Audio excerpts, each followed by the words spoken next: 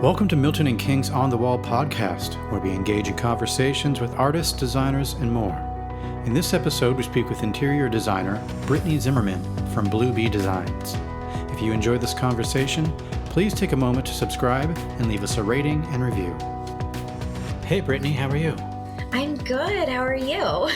Doing well. Just, trying to get reoriented after Easter weekend and holidays, festivities, that kind of thing. Did you do anything exciting over the Easter weekend?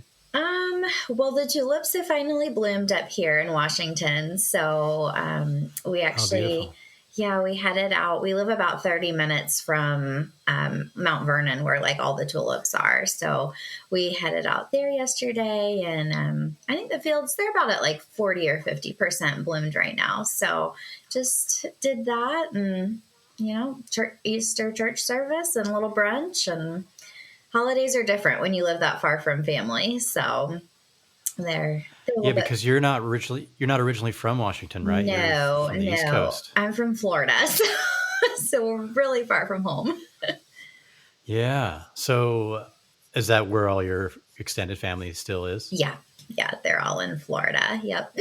Okay, that must be hard. It is. Yeah, it's we've been out here for a year because my husband's in the Navy, so we've been here for a year. I can definitely say the trip home is hard. It's a long trip. I mean, I know going down south like to Australia is a long trip too, but certainly is. But yeah, it's fun, and it's kind of like when you make it across the country, you just need to stay for a couple weeks. Yeah, it's not anything you want to do in a quick trip. No, definitely not a dash home for the weekend type of thing. Okay, so you've only been in Washington for 1 year. Yeah, yeah. How do you like it? I mean, it's obviously very different than Florida. I'm okay. Like, I love spring. I love summer. I love fall. 6 months of winter is way, way, way too long for me.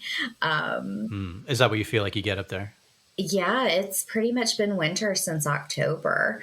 And most of March was winter as well. So it's a long winter with not a lot of sun. And I'm a sunshine person. It's just, I'm a totally different person when there's sunshine involved.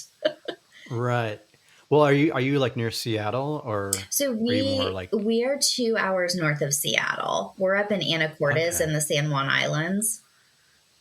Okay. Yes. So you're like very near the border then, wouldn't We're you be? Basically in Canada. Like all of our radio stations are Canadian stations. Oh, wow. Okay. So yeah, not only do you feel far from home, like far from Florida, it's weird to live so close to another country. Yeah. Wow. So, that's interesting. Yeah. It's been. So, I mean, and it rains there all the time, right? It's like, that's what it's sort of known for, is just being cloudy and raining all day. Yeah, we've got a lot of green and a lot of beautiful flowers that love the rain. Me, not so much, but yeah, that's pretty much what winter is. Winter is just windstorms, which I guess down back home we would call them hurricanes.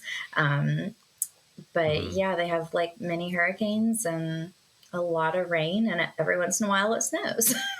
Wow. And so, with your husband being in the Navy, is there like an end in sight? Yes. Are you like, can you get reassigned very soon? Or? Yeah, we'll actually be leaving around this time next year. Okay. So yeah. Did you know that moving over? We knew it would be about 2.5 to 3 years. Okay. So yeah, there's always kind of that light at the end of the tunnel. And then when he's, deployed for extended periods of time, I will typically dash back to Florida and stay there. So, yeah. And I have 2 clients here, but we've wrapped up projects, and I'm excited to head to Florida for the next couple months. So do you already know where you're going after this, or is it just up in the air? No, we're hoping back to the East Coast somewhere. It doesn't have to be Florida, but it's just easier to travel and see family when you're on the same coast. Yeah, San Diego's not bad. Yeah, that's what I've heard, and that's not completely off of our list as a possibility. So we'll see. Now, I mean, I think San Diego is like, I think it's been voted like best weather in the country or something. oh yeah, I I know. think it's sunny there like all the time. Yeah. Now, are you guys So down that far south? no. We're in, well, not no. It's like that would be like another hour and a half drive Oh, from where okay. we are. So we're in Orange County. Okay. So just like, I don't know, 20 minutes south of downtown LA kind of thing. Oh gosh, that's a totally different world too. Yeah. Well, we're down the road from Disneyland at the moment, so that's where our happy Nice. place is. So Love it. I grew up an hour away from Disney World in Florida. okay. So yeah, many weekends as a child spent there. Oh, very cool. Yeah, I want to experience Disney World and all because it's like 5 or 6 parks Yeah. all in one little area, Yeah. I've or one big area rather. never been to the Disneyland, never did California, but Oh, we okay. drove through California when we moved out here. Uh-huh. But we came in north of LA, and then Okay. we stayed overnight in Redding, Northern California. Yeah. It was beautiful, beautiful country up there. Hmm. Um, That's cool. yeah, So you're gonna spend a few months back in Florida soon. I am. Yeah, but I How does have. that work for like, obviously you're doing your interior design business, which is why don't you just tell us a little bit about your interior design business, what it's called, and Yeah, so it works. Our business name is Bleu Bee Designs. The blue is actually the French spelling, so it's BLEU, which is an homage to where I was in France when I just kind of had that epiphany that I needed to follow um, my creative calling and where I felt led to just kind of put my creative energy. So Bleu Bee Designs was born in 2019 and in Paris, France, and I took it full time in the fall of 2020, amidst all of the craziness of the world at that time. yeah. So What brought you to France at the time? it was one of those trips that I have always wanted to take. And I always thought, oh, I have to go with a husband or a fiance and get engaged there. And I ended up just going with myself. I met a friend over there, but we kind of just each did our own thing. And it was just nice to check in with each other every night, basically. Yeah. But yeah, it was just a trip of a lifetime. It was a very, probably the most independent thing that I've ever done. How long did you go for? I was there for 10 days. Okay. And it was empowering. It was inspiring. It was just beauty at every turn, from architecture to gardens to, food and fashion. There's just nothing, there's nothing about Paris to me that's not inspiring. And so you're there and you get this, epiphany. How, a lot of people go there and appreciate the beauty that's there. Mhm. How is it something that sparks you going and saying, I need to? It was just so weird. I was walking back to the Airbnb that I was staying at, and honestly, can't even remember what arrondissement I was staying in. But it was very empowering. I was walking home using the GPS on my phone and feeling, so empowered. And I came across this facade of this building, and it had just gorgeous carvings and these very ornate doors with these very patinaed gold handles, and the font and the architecture and the paint and the patina. And it just kind of stopped me in my tracks. And it was just right then and there, this little whisper in my heart was like, this is what you're called to do. You appreciate beauty and architecture and color and form and function. This is a direction that you need to take. And having spent 8 years in event design, I knew that I loved the design aspect of it. Didn't so much love the 70 hours a week and working events, nights and weekends, but something had just, transferred in me that it was okay, the design is what I love. So I came back to the States and wrote up a business plan and just kind of started figuring out how was I going to juggle starting a business and having a full-time 9 to 5 job. And it was a struggle, but I met my now husband a couple months after I got back from that trip. And honestly, between him and my parents just being like my biggest cheerleaders, they believed in me. They said, go for it. And I did it. Wow. So yeah, like I said, it was just shy of about 7 or 8 months that I was doing both jobs, learning everything I could as far as design, application, programs out there, and yeah, like I said, it was a heck of a time to jump into an industry that was just bogged down with delays and not being able to work with people, in person, not being able to go to showrooms and trade events. But, I kind of feel like if I can start out in 2020 and 3 years later still be running, then this is probably where I'm meant to be. Mm-hmm. Did you just visit Paris or did you go elsewhere in France? No, I literally spent 10 days in like city center Paris. Okay. Yeah, there's plenty of museums, cafes, cathedrals, all sorts of beautiful things to see. Yeah, definitely. And so once you kind of had that epiphany and you came back, I mean, you said you were doing event planning. Mm-hmm. Had you had any formal training up until then? I hadn't. No. I would So you're take. just a passionate interior, like a passionate person about just, I guess, form and color and architecture and that sort of things. I have an eye for it. It was one of those things that I had always been kind of like brought in by friends and family as like, hey, you have a really good eye and understanding for this. Can you help us? And so for me, it was important, and I always work with an architect and a builder or a general contractor to execute things properly.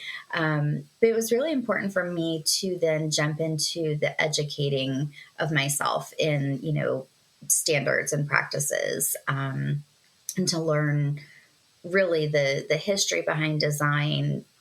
But I feel like there's a certain element that can't be taught. It's either innately in you and you get it, or you don't. It's not something that can really be instructed into you. So, I would take. I've heard that. Yeah, I've heard that from other designers as well. Yeah, I would take classes on things that I felt were important, but then, a lot of it is just. And I have a business background. I minored in business in college, and so. I felt confident enough. I come from a long line of entrepreneurs. So, what did you major in? I majored in event design with a minor in business and marketing. Okay. Yeah. So. And so with event design, were you were you always into the design element, or was it? It was that something that come? Yeah, it was a little bit of everything. So I started out in sporting events. So everything from like corporate hospitality, to setting up ticketing, getting volunteer coordinators running. So I worked in golf, I worked in triathlons, and I worked in major league and minor league baseball. From there, I segued into nonprofit events, which were a little bit more design minded and not so much, the moving of, major vendors and things like that. But, I feel like there's just something you can take from every experience you've had and learning in the event world how to, just juggle the plates of, multiple vendors, multiple meetings, just selections, site visits, all of that translates into what I'm doing now. Right. And so when you were doing events, initially, were you just finding yourself going, oh, that bouquet looks better over here? Yes. Oh, these table linens don't really match this. Yes. Like, was it just sort of like little seeds of it totally was interior knowledge? Yeah, It was, it was color, it was balancing things out, it was the lighting. We need multiple layers of lighting, and so much of what we do in interior design, and I know several interior designers personally that came from an event or a florist background. So I feel like that creative energy just runs, it runs through us. Yeah. Did you find that like when you came back from Paris and you started, I guess, educating yourself in certain areas that you maybe felt like maybe certain gaps you needed to fill in, did you find that you were already had sort of the lingo down? Because I know a lot of it is just when you're communicating.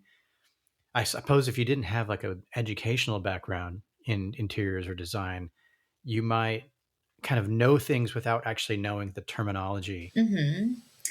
Did you find yourself sort of needing to educate yourself in the lingo?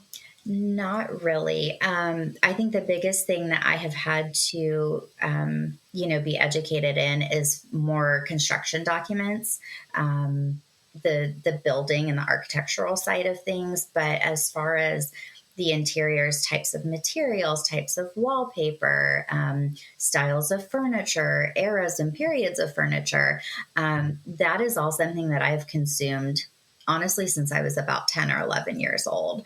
Oh wow. I have always just been enamored with, mixing and matching fabrics and patterns. And I grew up with a mom and a grandmother who, were wonderful seamstresses. And so I was often in, fabric stores. I'm an avid antiquer, so I like to educate myself. So really, it was just kind of a culmination of years of my personal interest. So even though you didn't have like the formal training, you sort of had an informal training Oh, yeah. from when you were a child. Yes, definitely. An Between appreciation from a very young age for beautiful interiors. Yeah. Oh, okay. All right. Well, then that makes a lot of sense. For a moment, it sounded like you kind of went to France and just got inspired, and then it all just kind of Oh, happened no. all at once. But now it's sounding like okay, from when you were a young girl, you were Yes. ingesting all this inspo and knowledge Yeah. the whole entire time. And, my Why mom, do you think?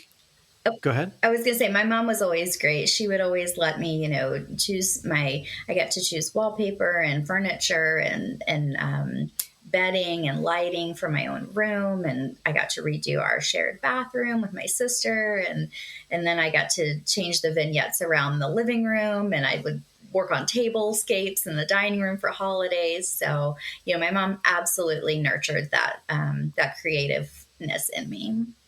Why do you think that before, I guess, going to um, school for event planning and all that, why do you think it hadn't, or had it been like an option? I honestly never considered interior design in college. When I went to college, I had experience in high school in a like certified nursing assistant program, and when I chose to go to Florida State, it was like, okay, I'm going for either physical therapy or nursing. Um, and I got into those prerequisite courses, and I was like, oh no, no, no, no. I'm not sciencey. I'm definitely not. I don't like blood. I don't like hospitals. I don't like any of that. So it was, Wrong field. Yeah, it was honestly kind of just a very natural, like, but I knew I needed to get a degree in something that I could make a living in. Yeah. So I did not choose, I did not choose to do like a BFA in, art history or something like that. Which there are successful, designers who did get degrees in that, but I felt more like out the door. I needed to be, employable. So that's where the event management came in. Right. Yeah. So okay. So it sort of made sense, the event planning in light of your love of interiors. It wasn't Yes. sort of out of left field or something. No. When you were also sort of getting this informal education, I guess, as you were growing up, were you also getting in, like, were you doing like the thrifting and the vintage stores and that kind of thing at the same time as well? Always, yes. I like to joke that, I was Grand Millennial before Grand Millennial was a thing. Yeah. My college roommate and I we were in college in 2004 to 2008, not to age myself, but we would go thrifting on the weekends. We would go antiquing. We'd drive an hour and a half to go to a great little antique town in Georgia. So that was just kind of how I spent my college weekends outside of football Yeah. season. So yeah, I love to repurpose things. I love to reupholster things. Just seeing the potential in a space, whether it's bare walls, furniture that needs to be revamped. I can walk into a room and pretty much just pick out what it's missing. And I think that's something that has aided me well, in going on consults for clients and everything. I don't have to go back to the drawing board and think really, hard. I just kind of can walk in a room and pick out multiple things that need to be worked on. Right. Now you said that you were a Grand Millennial before it was a thing. Is there a particular style that you find yourself tending toward?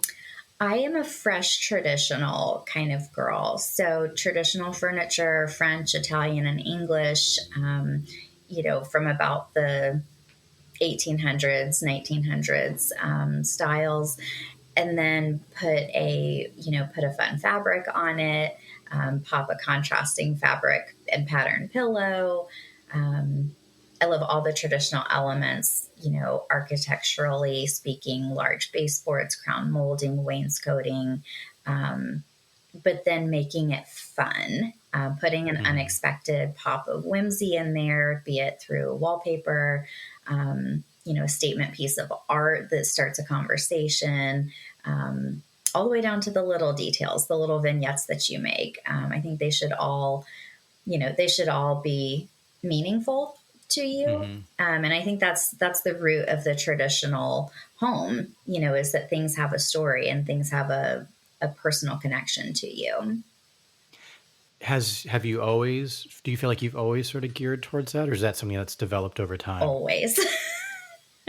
So you've always been, from when you were young, that was sort of what caught your eye the most, what you appreciated the most, and what you bring to clients. Yes, exactly. And I think that's something that, I have kind of used to niche down my clientele. People that come to work with me want a unique home that's going to be able to incorporate their heirlooms, their antique pieces, their collected items, collections over the years. I'm not the designer that's going to come in and say, ew, that chair's old, it needs to go. Or what is this weird collection we have on the wall over here? I think if you love something, it really does work together. But sometimes it just takes a professional eye to figure out how to make it work together. Do you feel like you thrive more in that sort of situation where you're coming into a lived-in space as opposed to somebody giving you an empty room and saying, just do whatever? Like, do you thrive on the existence of those pieces to have that sort of history and connection to the client? Yeah, in a way I do. I think, I ask a lot of questions in my initial consult, and I ask a lot of questions during our kickoff meeting, which, happens before I actually create even a mood board for the space. But being able to see somebody's face light up when they can tell you about, the chair that came from great grandma, or, the table that has been passed down for generations, that they're still having meals around. There's an element of just humanity connected to that. And I think the way that we need to live in our homes, they need to be a reflection of who we are. So I really do love that human aspect of getting a room that has pieces that need to stay. Not everything, but I also do love, I love a blank slate. I don't know what creative doesn't love that kind of freedom. But it does require a little bit more of a unique questioning as far as figuring out, okay, well, if we're starting with nothing, tell me more how you live. How do you live in this Mm-hmm. room now? Why don't you use this room now? How can we build this room out so that it serves you well for the long term? Right.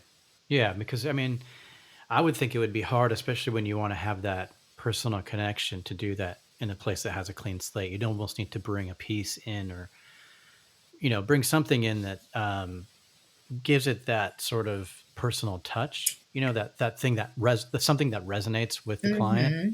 Mm-hmm. Otherwise, if there's nothing in there, if everything's new, I guess you don't really have that that aspect to it, do you? Right, right. And a lot of times, I've got a client right now down in Tampa that, they gave me, carte blanche, like do whatever you want with these rooms. This is just how we need them to function. And I'm bringing in an antique dining table. We're pairing it with new chairs. They have one piece of art that they requested would stay, and that we'd kind of build the color scheme around that. But otherwise, yeah, I love bringing in something old with character. Even if it hasn't been in their family, it has a story. And then their story becomes part of that piece.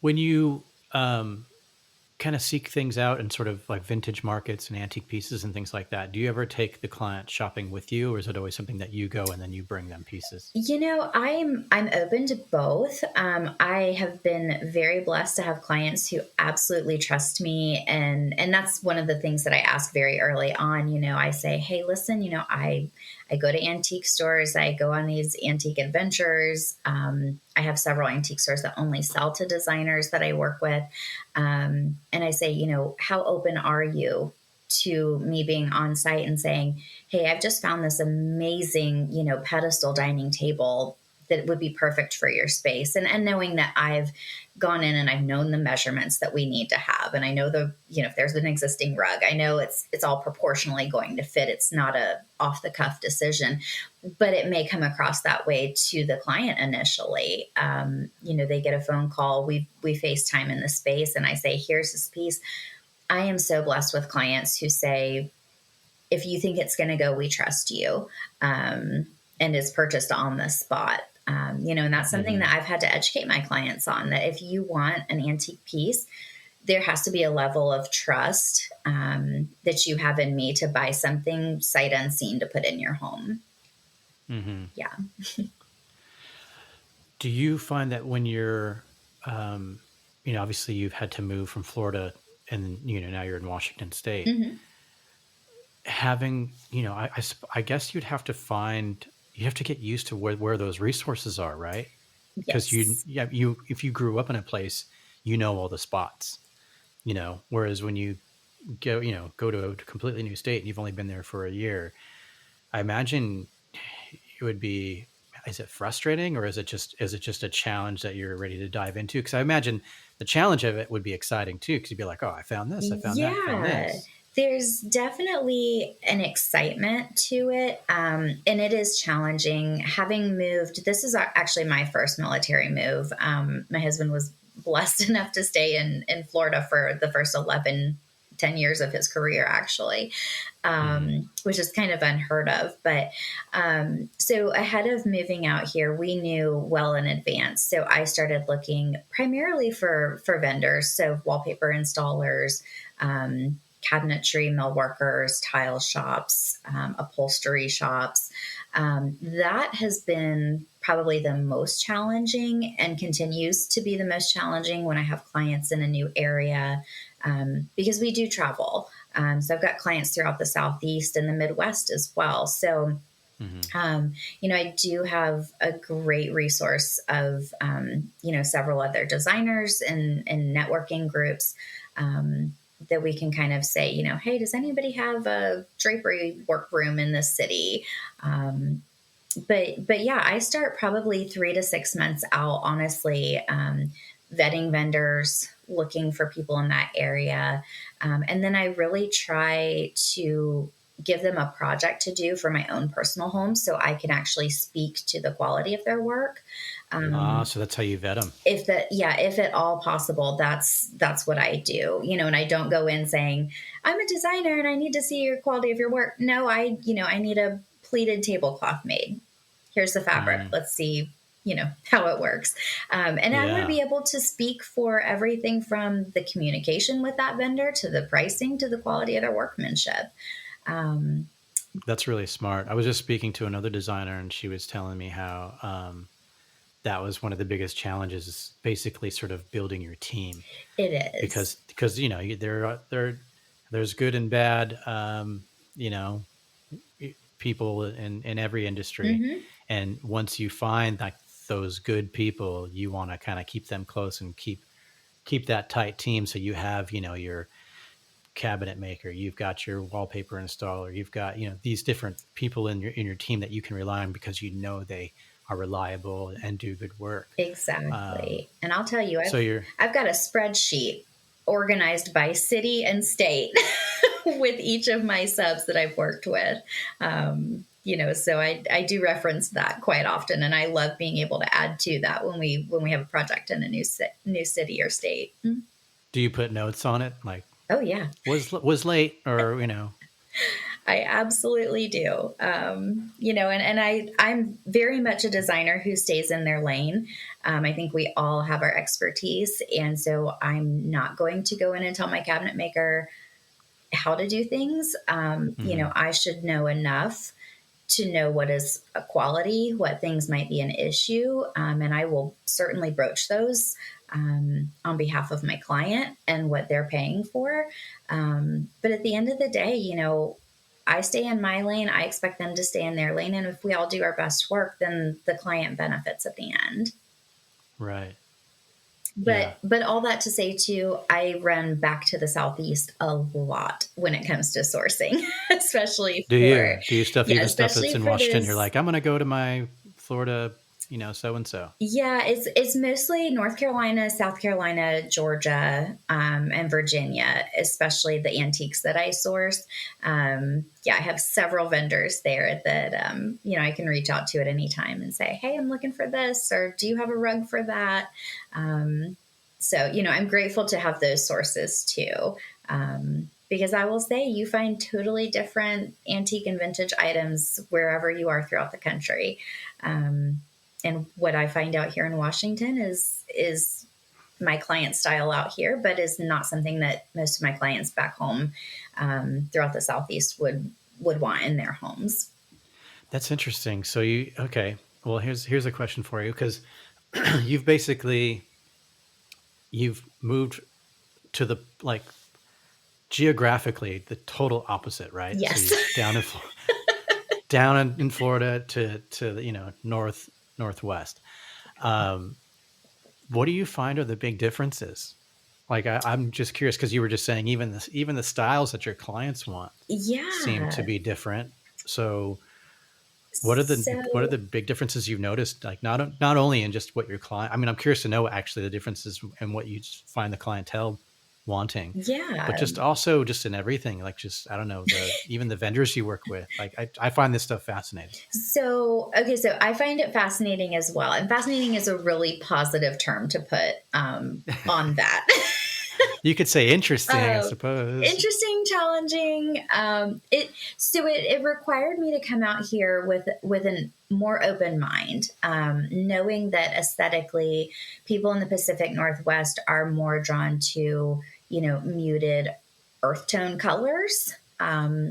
Whereas in the South, we're not afraid of color. We'll put color everywhere, including the ceiling. Out here, it does a lot more about bringing the outdoors in, from the materials, the textures we use. Have a client who really moved into a brand new condo out here. It's a cooperative condo community, which is something that's very big out here. They're trying to solve the housing crisis, I suppose. But they have moved in, and it's very modern. Lots of white walls, lots of big windows, great natural light, overlooks a preserve. But she wanted wallpaper in there. And I had to deviate from my normal, bright, colorful Jacobean florals or chinoiserie. That doesn't fly out here. So I instantly went to the Milton and King website looking for something a little more organic, but still fun, because she wanted something whimsical. But whimsical in the Pacific Northwest is very different than whimsical in the Southeast. So we actually ended up with your dandelions wallpaper for her bathroom. Was my first time using your vinyl for a bathroom space. And when I presented it to her, it was really neat because this is a client that, you know, she's from Texas, but they moved here. They love it here. This feels like home to them.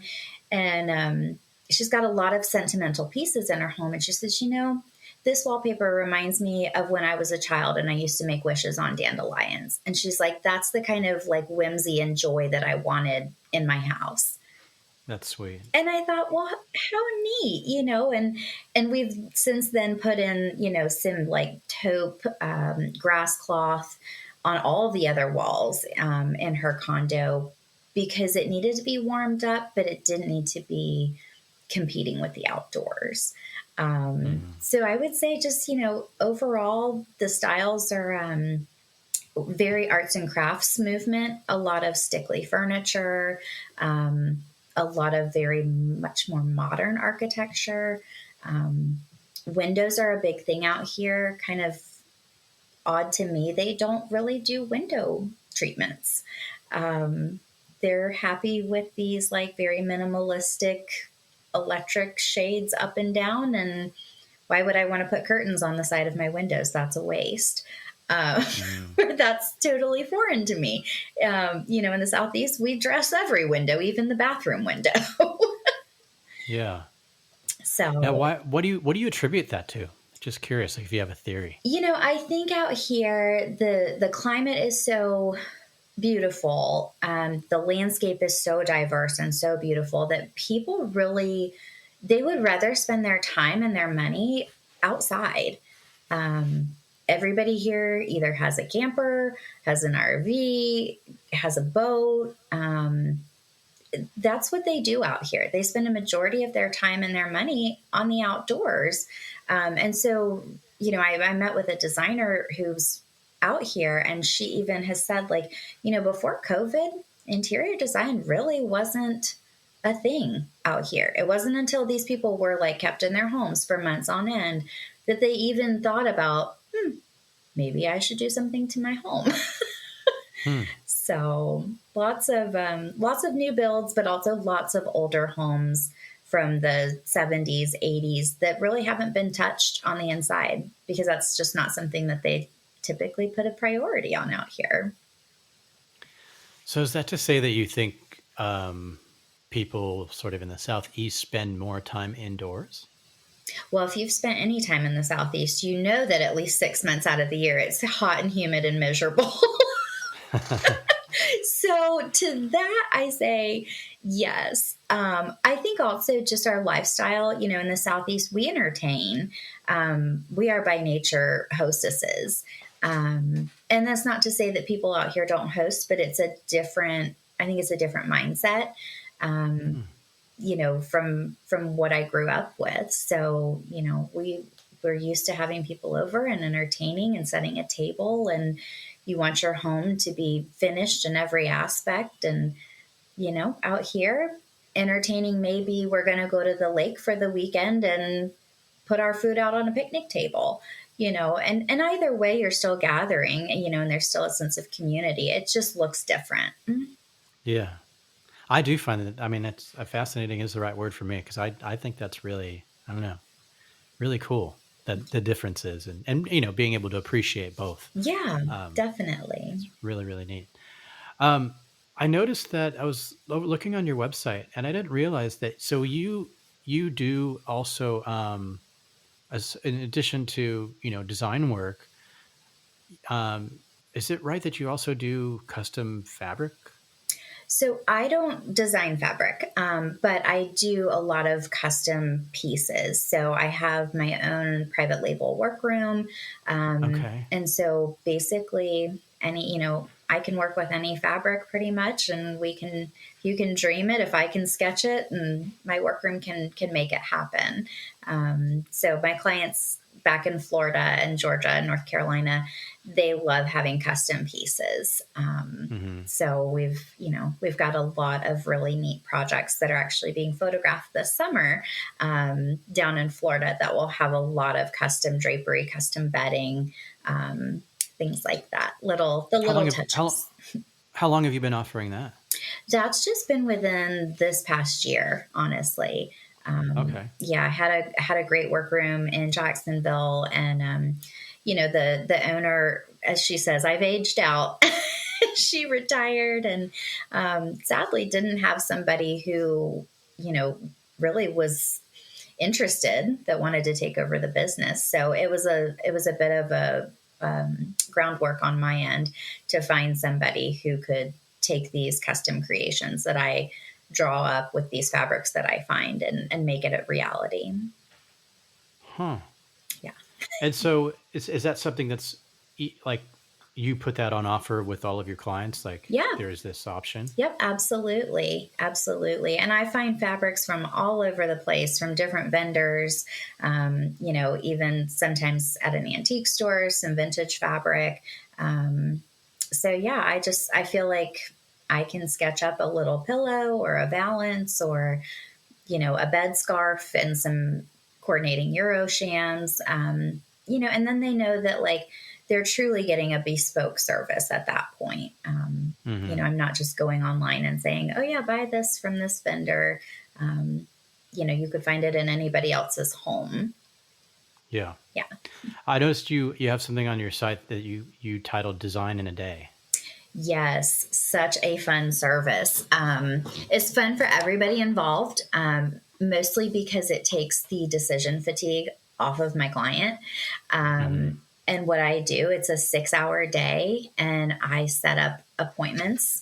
I know going in whether we're working on a bathroom or a kitchen or things like that. But they're typically smaller one-room projects. And whether it's fabric, furniture, tile, flooring, wallpaper, I set up the appointments at the showrooms. I've gone ahead and pre-selected usually about 3 to 5 samples for each, selection that we're going to be choosing. And it just gives the client a chance to see things in person, to have just more of a say in what they want in their home.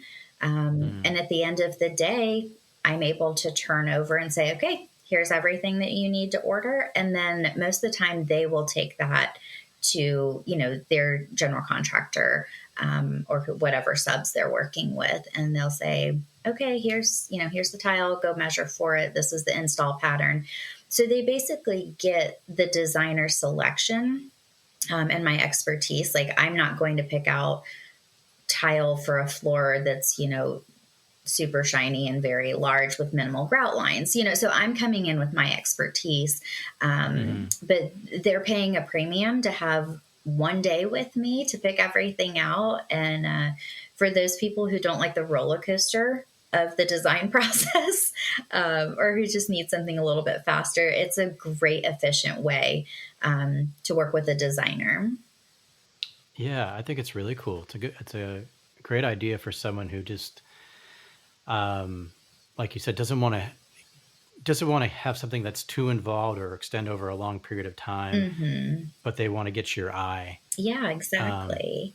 I do cool. The same thing with our kitchen and bath design concepts. I actually just finished up one of those here in Washington, and it was a master bath concept. Again, I selected everything. They give me their budget that they'd like to stay within for specific items.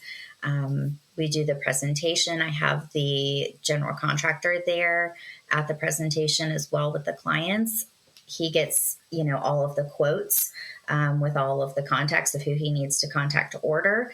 The clients get the presentation. I leave the samples with them. Bada bing, bada bang. And I love it because then I don't have to manage the project. Right.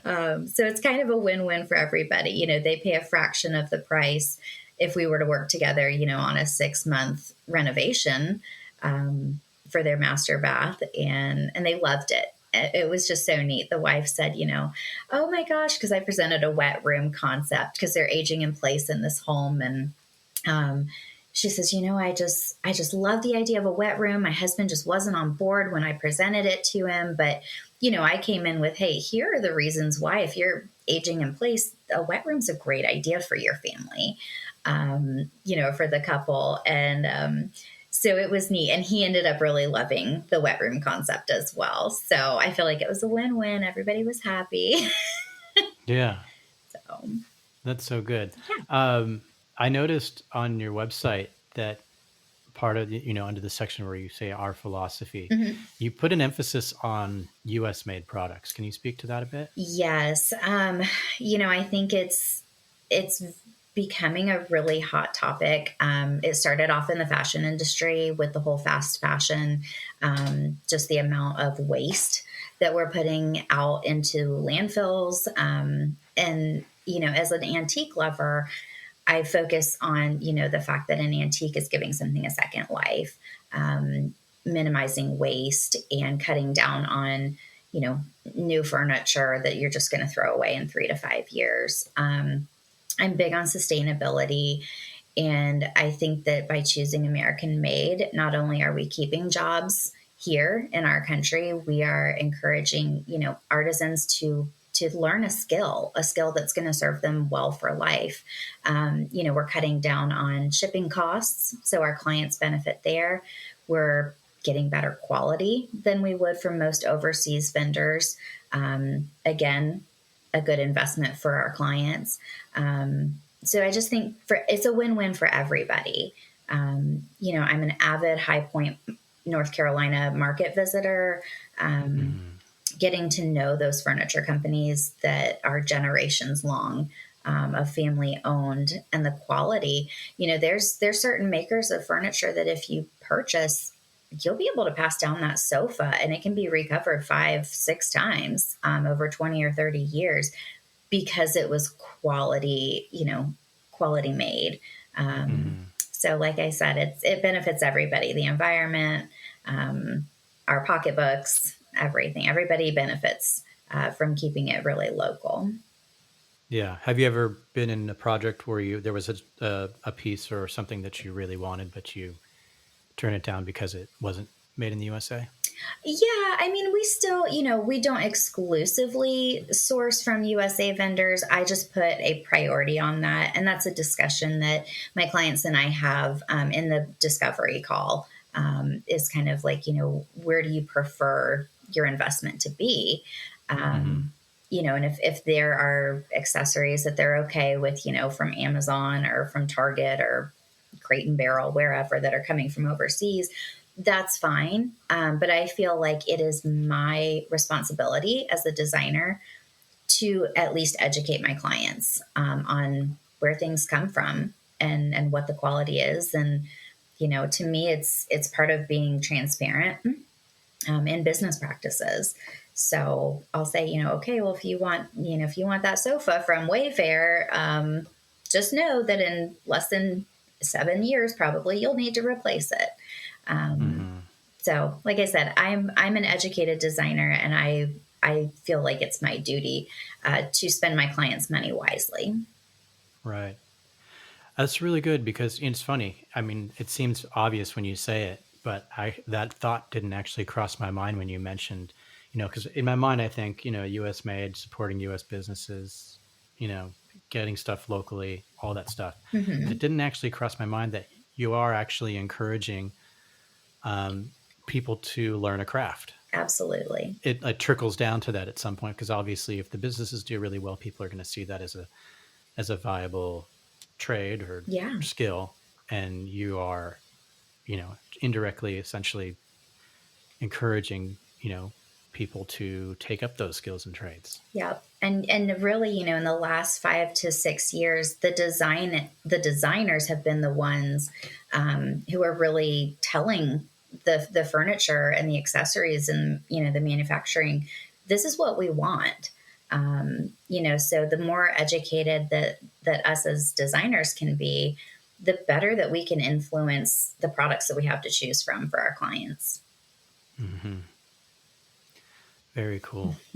What are some current projects you're working on? Any that you're particularly excited about that you're have either happening now or coming up? Yeah. So I have to preface this with saying we work with most of our clients anywhere from 3 months to 2 years. Wow, So 2 years it's is a just, long time. yeah, it's really like we become part of the family. And I think that that's super special that, people allow us into our home, into their homes and their lives, for that long. That being said, like I said, we're just wrapping up, kind of a light refresh, here in Washington.